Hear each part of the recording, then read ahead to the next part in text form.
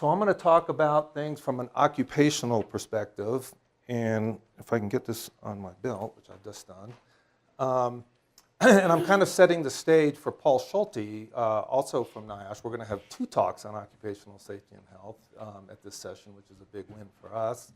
And Paul's going to talk about specific health hazards and some of the things associated with workers.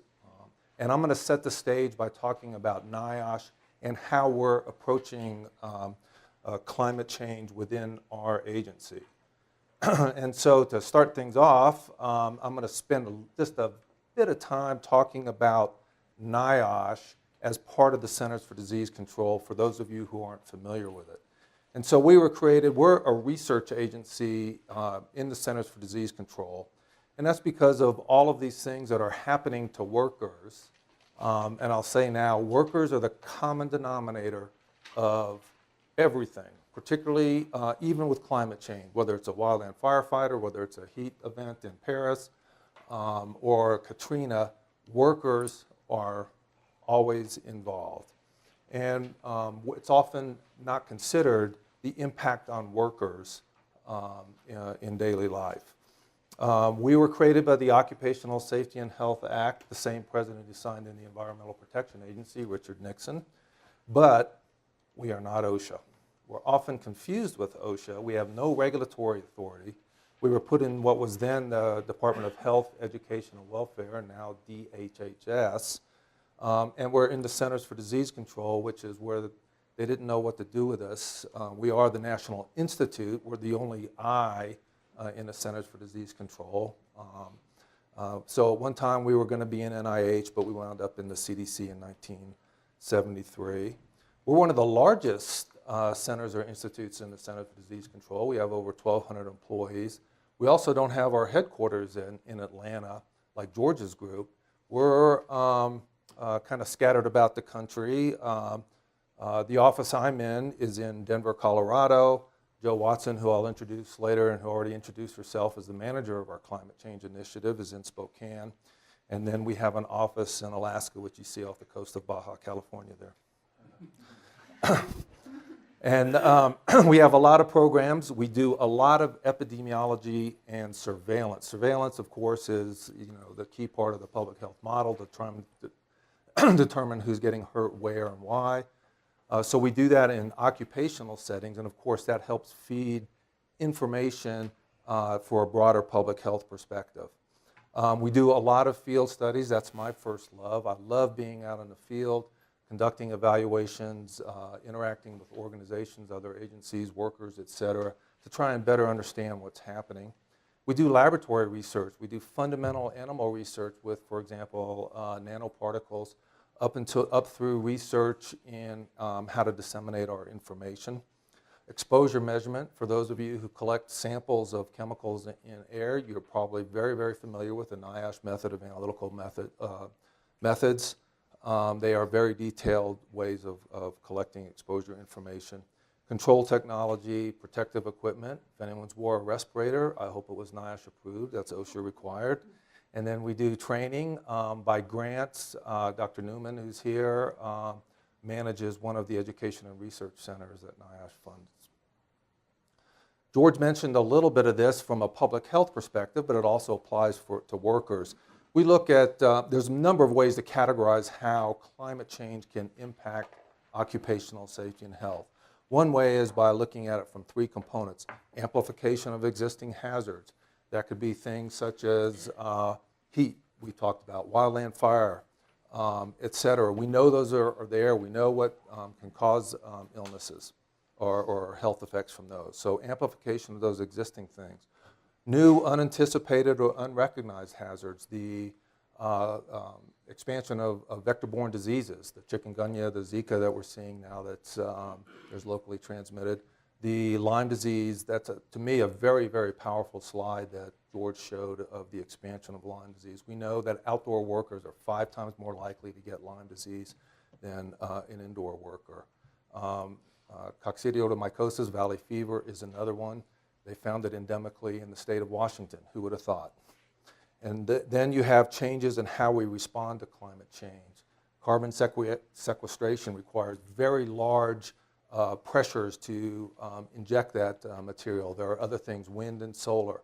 Photovoltaic cells are very similar to semiconductors. There's arsine, phosphine, pyrophoric acids such as silane, just in the manufacturer. And then you've got the installation. We've, at NIOSH, have done an evaluation of valley fever amongst workers installing solar panels. And then you have the maintenance of those things as well. All of those present health hazards to workers. I mentioned workers are a common denominator. One of the things that are one of the publications I frequently reference is Dr. Wegman's and Dr. Cora Roloff's, who's not here, in 2014 in American Journal of Public Health, editorial, canaries. Climate change are the canaries for public health because they're out there. They may be in situations that others can elect to avoid, such as responding to Katrina, et cetera. So to me, that editorial made a very, very powerful argument of workers being at higher risk. Workers do face unique hazards, emergency responders, wildland firefighters. And then there's intervention opportunities. One of the things that we're doing a lot of work in oil and gas, for example, and we know what the impacts are to workers, to silica who are conducting hydraulic fracturing, or to hydrocarbons who are working in the flowback processes. And we feel that if you can control those, you're not only protecting the worker, but it's also expanding from a community standpoint, so there's a synergy there. So there's really some good intervention opportunities where if you protect the worker, you're protecting a broader audience. Some of the things that you'll hear Paul talk about on Thursday are what we see as kind of some of the categories of how workers can get affected. We've talked about temperature extremes, of course, air pollution for the outdoor workers, extreme weather, wildland fires. We've talked about that with the fire season's now about 80 days longer than it was 25 years ago. California, someone mentioned that it's a year-round season. Well, we know that firefighters, if you look at a hotshot crew, we've had these studies conducted at NIOSH. If you look at lung function at the start of a season, middle of the season, and then the end of the season, you know there's a decrement. But you also know there's a recovery. And when that fire season is now longer or year-round, what's going to happen to those workers where they don't have that recovery period for just their lung function, for example? Those are some of the unknowns and possibly more subtle thing, or well, not subtle to us, but to others, the impacts on worker health. Talked about vector-borne, and I'm sure we'll hear a lot about that. Changes in the built environment, I mentioned. And then the industrial transitions. Here's just a picture because you've seen lots of words, and I'll throw up a picture of some folks working in a field. But here's one that the photo I took in Wyoming. It's the Cameco uranium mine. And this was very popular. Uranium really was taking off before Daiichi Fukushima. And they were going to build new reactors. It was going to be, many in the environmental community had begun to embrace nuclear as a way of addressing climate change. So what you're seeing here are the two industrial transitions, the wind towers, which we're all familiar with. In our office, we've conducted a fatality investigation associated with wind tower manufacturers in Colorado. We've also looked at very extensive styrene exposures, which are a powerful lung irritant during the wind blade manufacturing. So there's health hazards associated with that. What do you do when you have someone 300 feet up in a cell where the generator is and they get hurt? How do you get that person out of there? Some of those issues. What you're seeing in the foreground here is an in situ uranium mine. And so this eliminates milling. So this is really a way to enhance worker safety, where milling is a primary way that workers get exposed in uranium. So they're injecting oxygenated water into the beds where uranium is, and it comes back up and goes through either a fluidized bed or ion exchange. So those are some of the things that I think we'll see more of. So what has NIOSH been doing? In 2009, and you'll hear Paul Schulte, who's really been the pioneer at NIOSH, the one who's really tried to push climate change as a worker issue at NIOSH. He developed a conceptual framework and published an article, a peer-reviewed journal article on that subject that talked about how we would address research needs associated with climate change. And then in 2014, our director, Dr. John Howard, established a climate change work group, and I'll talk a little bit more about that. And in 2015, just recently, we've established a climate change initiative with Dr. Joe Watson manages. So the charter of our work group was to try and make sure 10 minutes, oh my gosh, issues associated with worker health and climate change, what we knew what we could do as an agency, what research needs are there, and what are the things that would be most important to address those issues. So our climate change determination, which as you might expect, is that there is a strong evidence that climate change is and will present occupational safety and health hazards. I think that argument can be substantiated. There are lots of critical research questions that still need to be addressed. NIOSH is fundamentally a research agency. That's the core of what we do. Our intramural and extramural funding is for research. We're not an enforcement agency. And we want to understand how better so we can target our interventions. And then this is the most important thing to us, and it's not specific to climate change, but it's an argument we always have to make, is that when you think of public health, and I hope that's a takeaway for everybody here, when you think of public health, workers are a core component of that. And the discussion we had with the first speaker on communication, how do we get the message out, et cetera, I think workers are a good way to do that because we can really get evidence of what's happening to them. So what was our determination. We had a number of things. We have an internal report that recommended establishing a permanent initiative within NIOSH. We've developed a draft research agenda, which is fairly comprehensive. We funded an intramural project. We have a mechanism within NIOSH where scientists can compete for funds intramurally. This was made a priority and or an emphasis area and a part of our director. We've got a very good reference database. We've got some peer-reviewed and professional association papers out. We've got a NIOSH climate change website, cdc.niosh.gov. Please look at it. And a number of presentations at national and international conferences. We talked a little bit about interagency activities when George gave his talk. We pretty much coordinate all of what we do through George's group. We don't view him as the climate controller, and so we don't call him when we need to address our thermostat.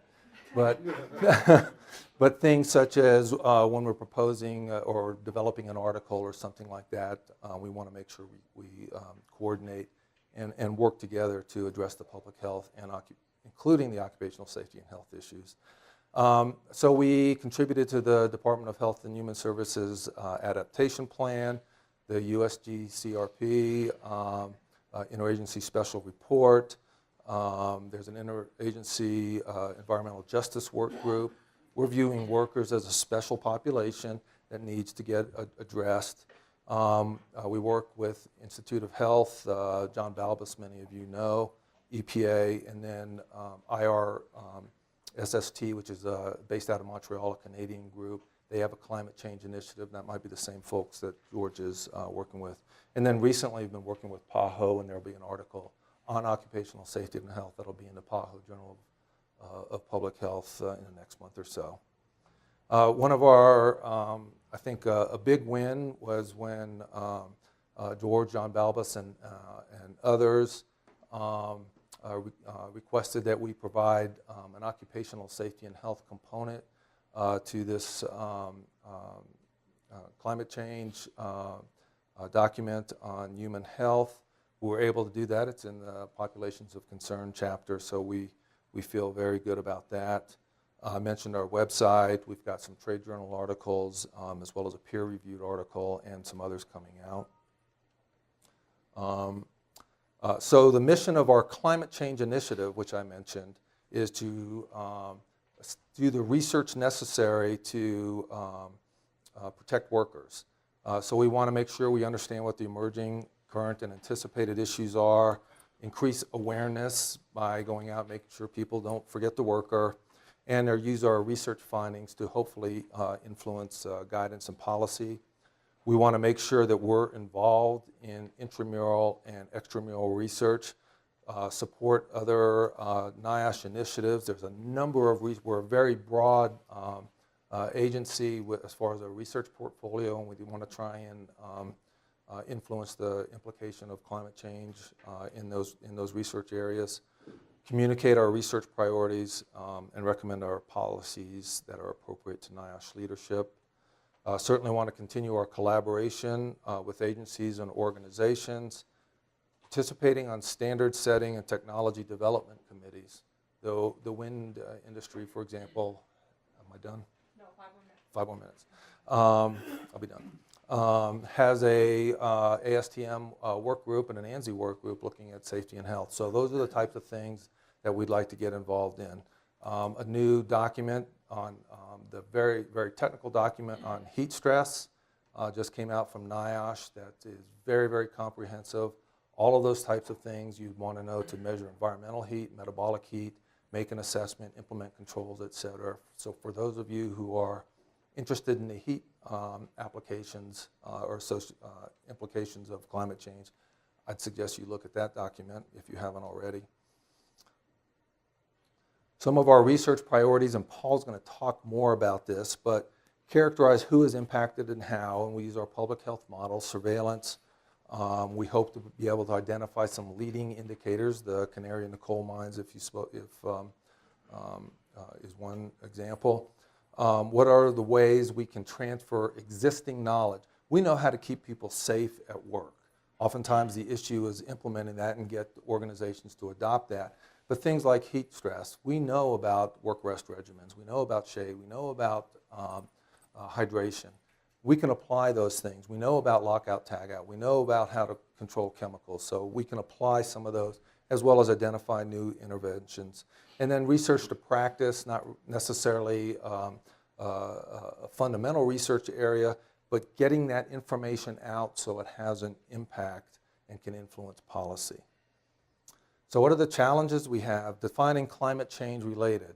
Give you a couple of examples. At NIOSH, when we put out our call for intramural research, we got a couple that we had to kind of go, is this really climate change related?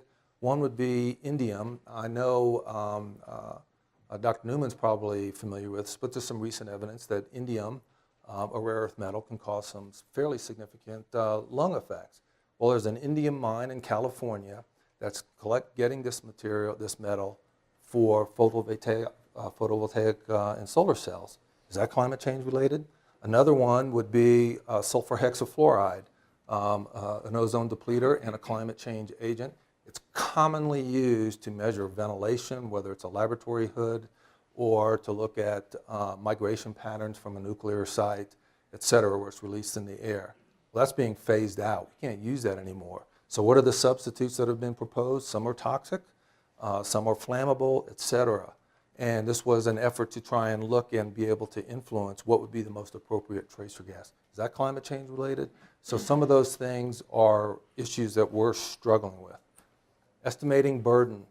NIOSH has adopted a three-tiered approach to funding research: burden, need, and impact. We have to be able to quantify all of those before funding is allocated, particularly intramurally, and it will be extramurally itself. So estimating burden is a challenge. Identifying these emerging hazards, things that what we don't know, that we have to make sure that we anticipate. And then communicating to workers. So in conclusion, considerable research needs. We can apply many of the existing things that we do, whether it's surveillance, whether it's implementing controls, et cetera, for the climate change and worker safety and health. We have to continuously reassess, of course. involve stakeholders and leverage resources. I mentioned we're not a regulatory agency. We have to involve our stakeholders. And don't forget to include workers in everything you do on public health. That's the message I want to deliver.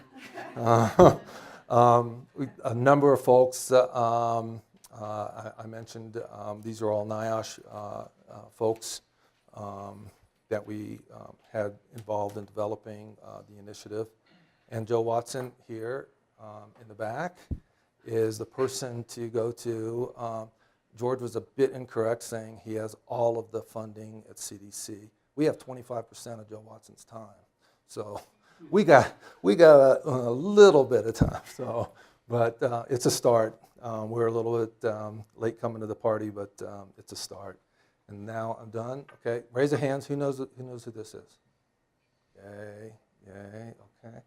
Alice Hamilton, a pioneer and social reformer. Was in the Hull House in Chicago. Occupational physician, first woman on the Harvard School Medical Board. So she's considered the mother of occupational medicine.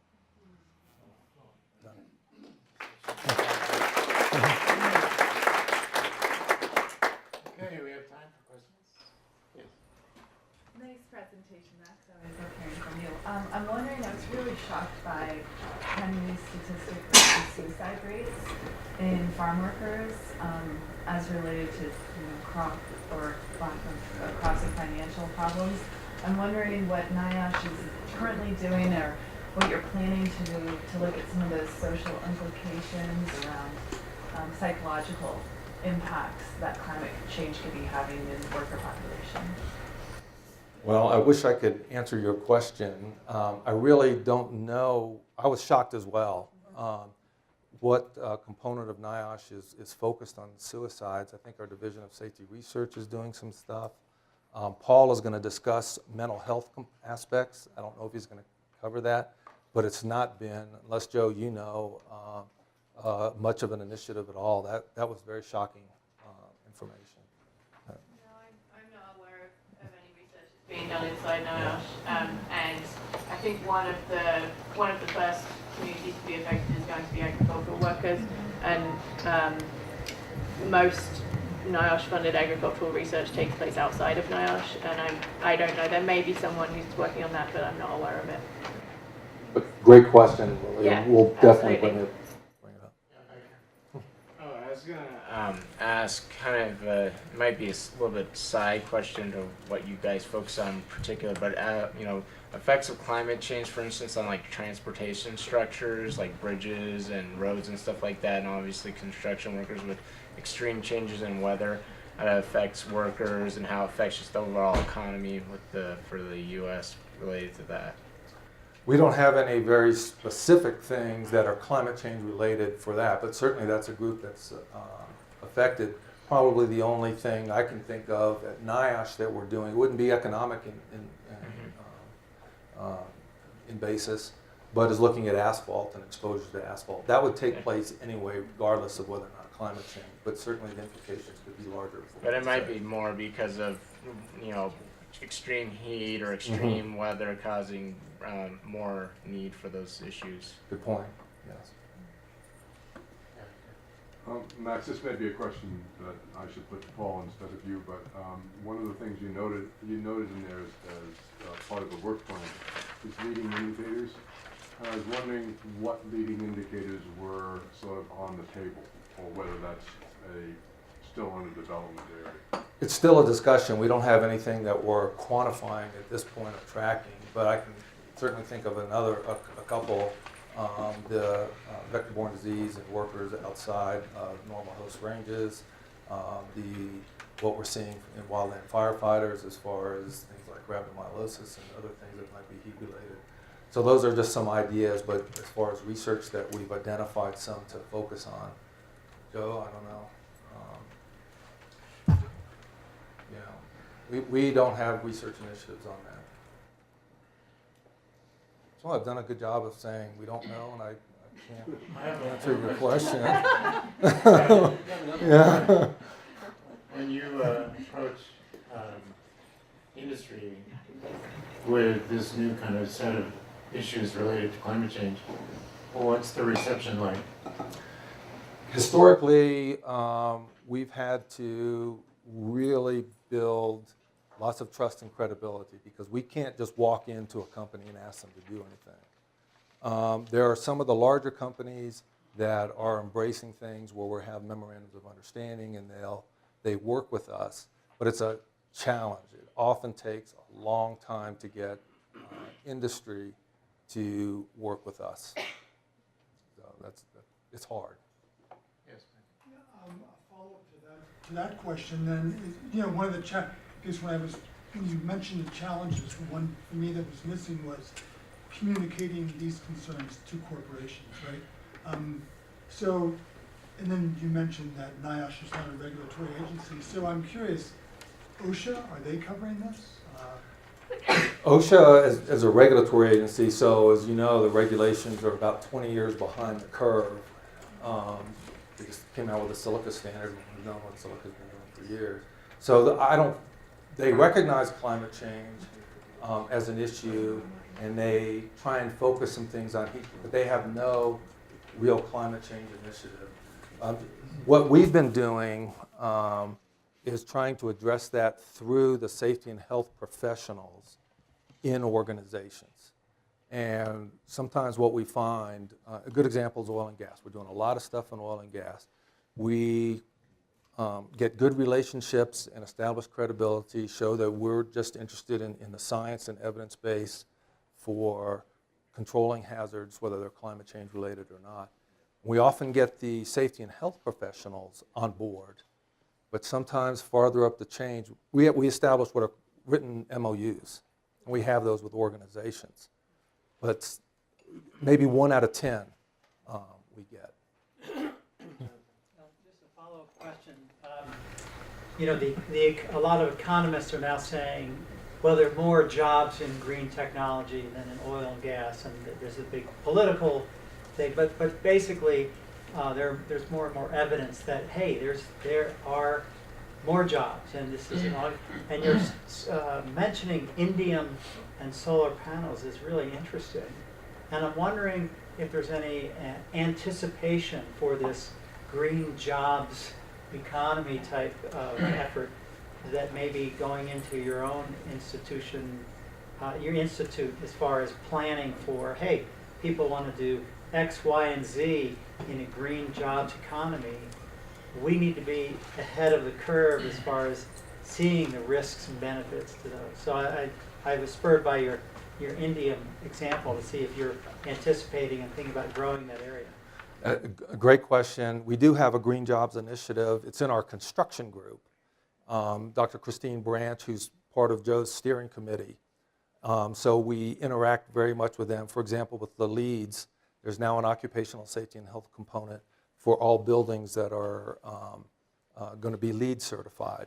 So some of those things, in addition to a number of other areas where we're anticipating green jobs to go. And just to add to that, I was at a meeting last week that I haven't seen Max since I was there, but one thing that I felt really positive about was that I heard that some of the union groups and the worker groups are actually starting to bring this up themselves. So there was the King County Labor Council in Washington State.